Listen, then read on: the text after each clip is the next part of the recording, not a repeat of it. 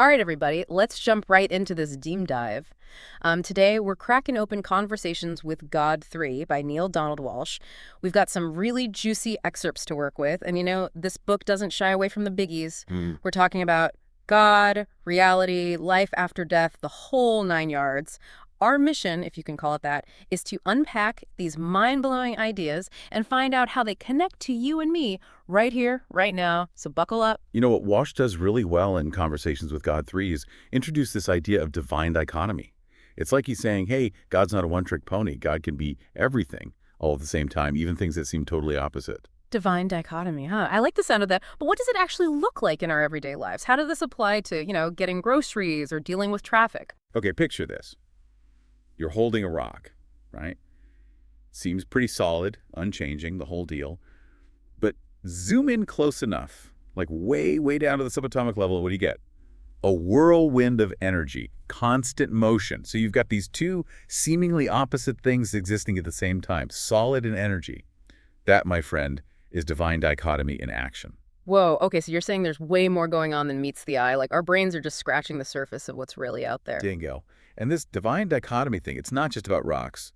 Walsh uses it to explain God, relationships, even what happens after we die. He's saying that we get so stuck in our limited way of seeing things that we miss the bigger picture completely. Okay, now you're talking my language. The afterlife, that's where it gets really interesting for me. What does Walsh say happens after we shuffle off this mortal coil? Well, Conversations with God 3 really flips the script on this one. Walsh describes the afterlife as this incredibly personal experience. Your beliefs, your thoughts, your actions, all of it from this life, they directly shape what you experience in the next day. So wait a minute, are you saying we're crafting our own personal heaven or hell right here, right now? You got it. Walsh totally challenges that old school fire and brimstone idea of hell. He says hell isn't a place, it's a state of being. It's what happens when we're consumed by fear, guilt, negativity, all that heavy stuff. It's not about punishment, it's about consequence. Wow, that's some deep stuff. Okay, but what about being reunited with loved ones after death? Is that just wishful thinking, or is there something more to it? Walsh tackles that head on, and he doesn't hold back. He acknowledges that this idea of reuniting with loved ones, it's incredibly powerful. It resonates with us on a deep, primal level. Yeah. But he's also careful to remind us that even our understanding of the afterlife, it's limited by our human perspective. So he's not saying it can't happen. He's saying we might not have the full picture yet. Precisely. Our human minds, they weren't designed to fully grasp the complexities of the spiritual realm. Conversations with God 3 is an invitation to open our minds, think outside the box, One of the most intriguing things Walsh talks about is this idea of conscious creation. He says it plays a huge role in both this life and the next. Conscious creation, huh? Okay, break that down for me. What exactly are we talking about here? It's like this.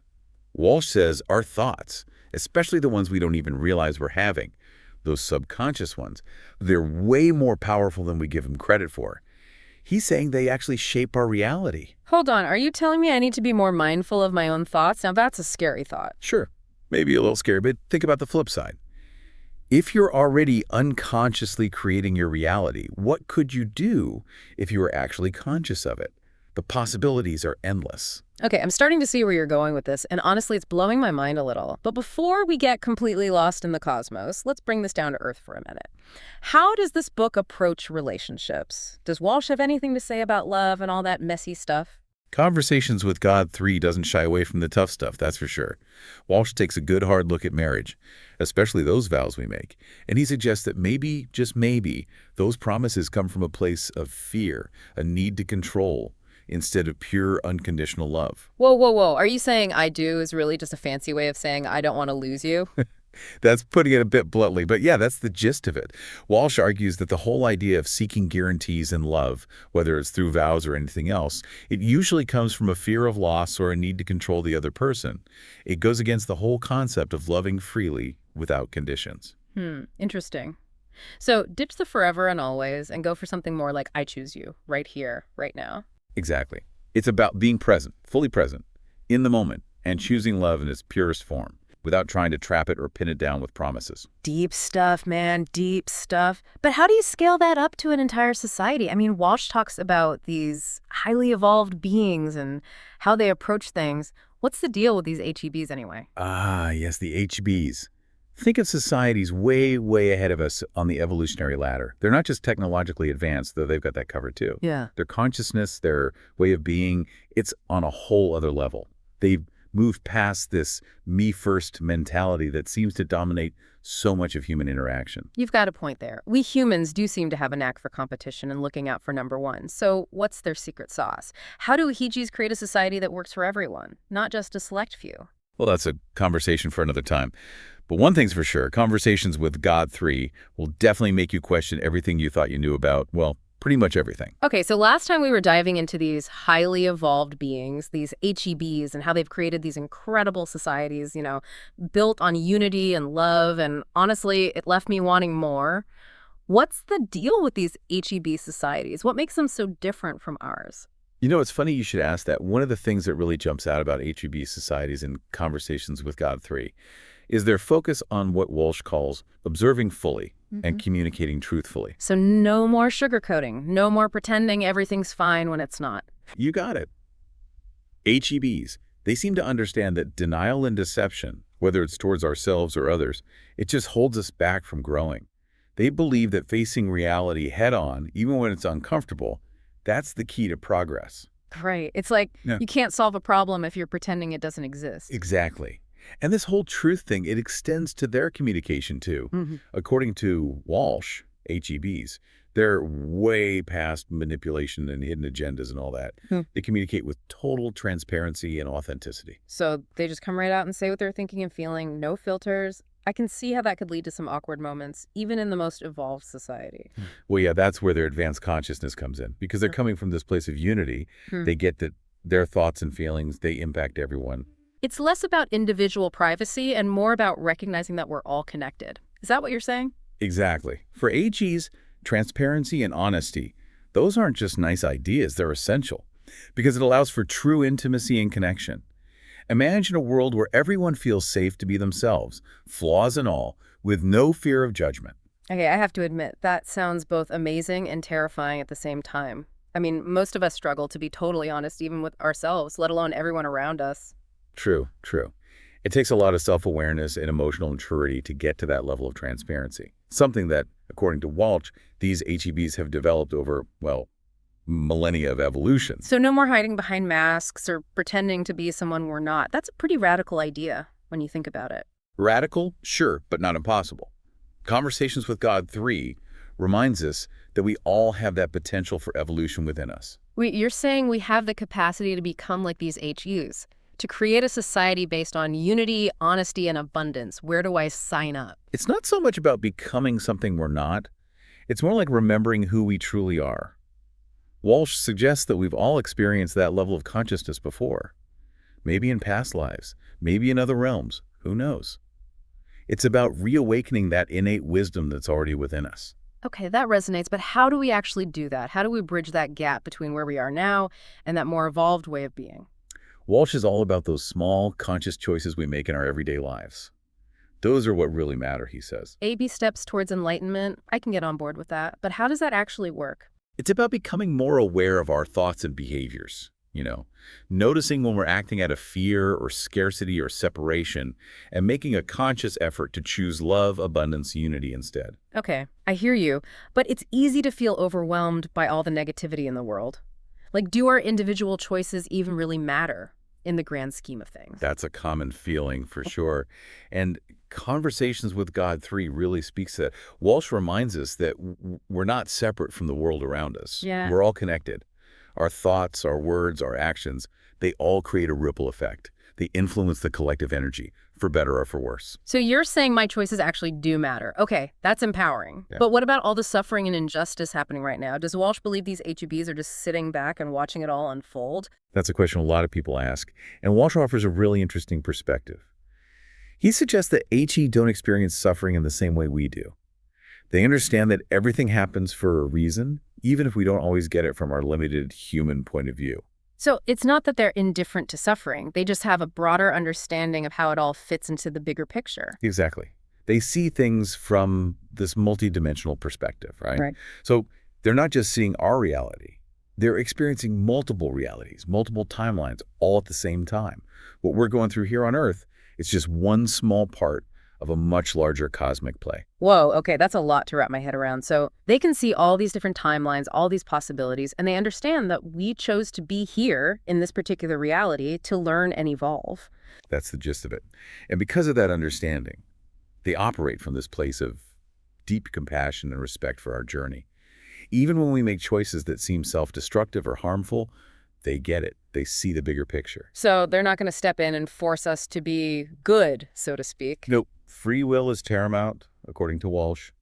AGBs respect our right to choose our own path, even if it means making mistakes and learning things the hard way. That's actually really reassuring. It means we're not just puppets on a string. We have the power to create our own destiny, both individually and as a species. Exactly. And the book reminds us that we're never really alone in this journey. We have access to divine guidance. We are always supported, even when we don't feel it. Love that. Okay, so we've talked about HEBs, their incredible societies, and their multidimensional awareness. But now I'm curious, what do their everyday lives actually look like? Do they have jobs, families, hobbies? Give me the details. That's where Conversations with God 3 gets really fun. Walsh gives us these fascinating glimpses into everyday life in a HEB society. And one of the things he talks about is that they don't view work the same way we do. Hold up. Are you saying no more 9 to 5 grind? No more soul-crushing commutes? Tell me more. It's not that they don't work, it's that they see it as an expression of their creativity, a way to contribute to their community. Imagine the society where everyone actually enjoys their work, where it's less about earning a living and more about making a difference. Okay, now that sounds amazing, but how do they decide who does what? Is there some kind of cosmic career aptitude test? Walsh suggests that because they're so in tune with their own passions and talents, they naturally gravitate towards activities that align with their soul's purpose. Wow, no more feeling stuck in a dead-end job, no more wondering if you're on the right path. They've really got it figured out. But what about love and relationships? Do HEBs even have families and communities like we do? They do, but their whole understanding of love and connection is just way more expansive than ours. In Conversations with God 3, Walsh explains that HEBs experience love as this unlimited force that flows through every being. It's not limited to just one person or even a small group of people. Wait, so no more monogamy, no more jealousy or possessiveness? It's not that those things don't exist at all. It's that their experience of love isn't bound by those same limitations and insecurities that we tend to project onto our relationships. They've tapped into a purer, more unconditional form of love, one that's boundless and all-encompassing. Okay, that's beautiful, but I have to ask, are HEBs even physical beings like us? Or are we talking about some kind of ethereal, non-corporeal beings? That's where things get really interesting. Walsh suggests that while HEBs do have physical bodies, they don't identify with them in the same way that we do. They see their bodies as temporary vessels for their consciousness, tools to be used for experience and creative expression in the physical realm. So no more obsessing over wrinkles or battling the bulge. You got it. They focus on maintaining their health and vitality, of course, but they're not caught up in those same cultural pressures of youth and beauty that dominate our world. You know, it's kind of refreshing to imagine a world where we're not constantly bombarded with images of perfect bodies. But what about aging and death? Do EPs even experience death in the same way we do? Or is it totally different for them? That's a great question, and it leads us to one of the most profound aspects of HEB philosophy. In Conversations with God 3, Walsh explains that EPs have a radically different understanding of death. So last time we were in the thick of it talking about how EPBs have this whole different take on death than we do. What did Walsh have to say about that? Hit me with it. Get ready for a real perspective shift because Conversations with God 3 throws out everything we thought we knew about HEBs. They don't see it as this scary end-of-the-line thing. For them, it's a natural transition, all part of the cycle of life, just like birth or growth. Okay, but how can they be so chill about it? Death is like the ultimate unknown for us.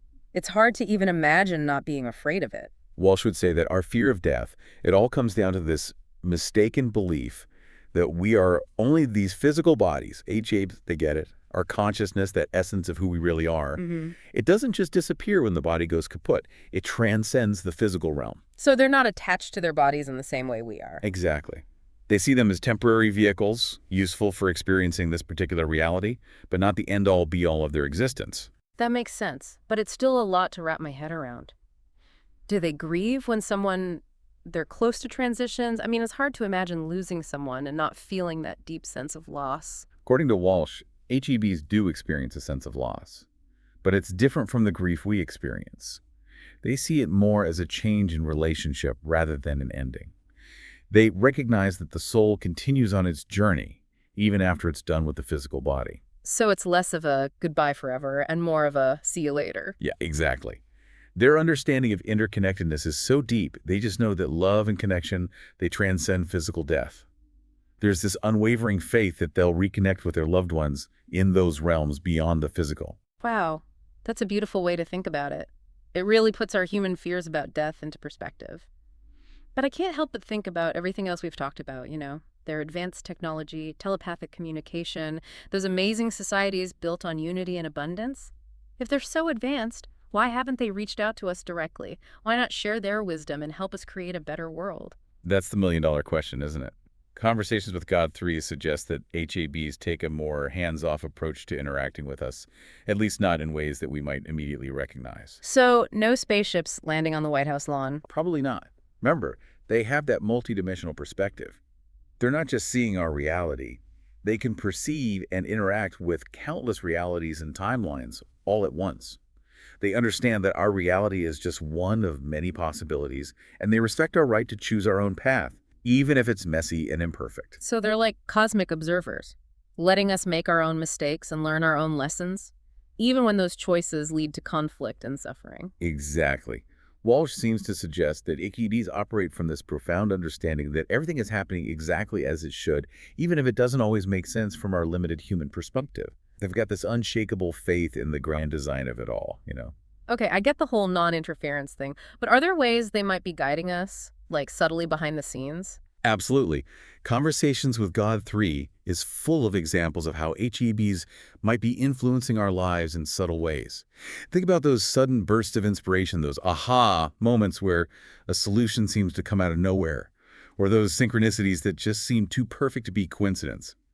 Walsh suggests that those might actually be signs of HEB guidance. Wait, really? So those whispers of wisdom, those nudges in the right direction, that could be them. That's wild. It is pretty wild when you think about it. Yeah. And it's also a good reminder that even though we might not be able to see them or shake their hands or whatever, we're not alone on this journey. There's guidance and support and inspiration available to us from realms beyond our current understanding. I like that a lot. Okay, so we have access to all this guidance, and we have the potential to evolve into these incredible, highly evolved beings. But how do we even get started? It feels like a huge leap from where we are now. Conversations with God 3 offer some pretty practical advice on how we can start aligning ourselves with that HEB energy. And it all starts with awareness. Being more mindful of our thoughts, our words, our actions, all of it. Exactly. Every single choice we make, every thought we think, it all contributes to the energy of the collective consciousness. So by choosing love over fear, unity over separation, abundance over scarcity, we're not just raising our own vibration, we're actually contributing to a shift in the collective consciousness of all humanity. Okay, that's powerful. It means we have a lot more power than we realize to make a real difference. Yes. And it's not about waiting for some external event or for someone else to save us. It's about tapping into the power we have right here, right now, to make different choices, to choose love, to be more compassionate, more connected to ourselves, each other, and the world around us. This has been an amazing deep dive. Conversations with God 3, it really throws down the gauntlet, It makes you think about the big questions, the really big ones, and it challenges us to consider possibilities we might never have imagined before. It definitely pushes you to expand your perspective and embrace a much bigger, more expansive view of reality. Absolutely. It reminds us that we're not just random beings floating around in a meaningless universe. We are powerful creators, every single one of us. We have the power to shape our own reality and to evolve toward a more loving, harmonious existence. And it all starts with making that conscious choice to step into that power, to choose love, and to remember that we are all interconnected. Beautifully said. Thank you so much for joining us on this deep dive into Conversations with God 3. We hope you found it as thought-provoking and inspiring as we have. Until next time, keep those minds open and those hearts full.